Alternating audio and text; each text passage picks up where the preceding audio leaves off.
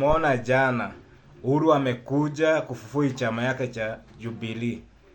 Jubilee ni chama kilikuwapo. Sasa Uhuru ameleta Matiang'i akuja aifufue. Atiende atakuja kuwe rais wa Kenya. Tunakataa hiyo. Hiyo ni porojo kabisa.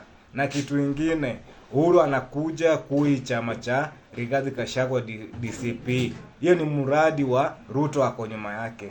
Ruto wameungana na Uhuru wakuja wamalize mlima na hii chama yake ya Jubilee, ajifanya hapo ati Matiang'i ndiye amekuja kuwe rais ili akuja agawanyishe kura za mlima. Hapo tunakataa. Chama tunajua ni DCP hapa mlima. Awache kudanganya watu na hii chama yake ya Jubilee.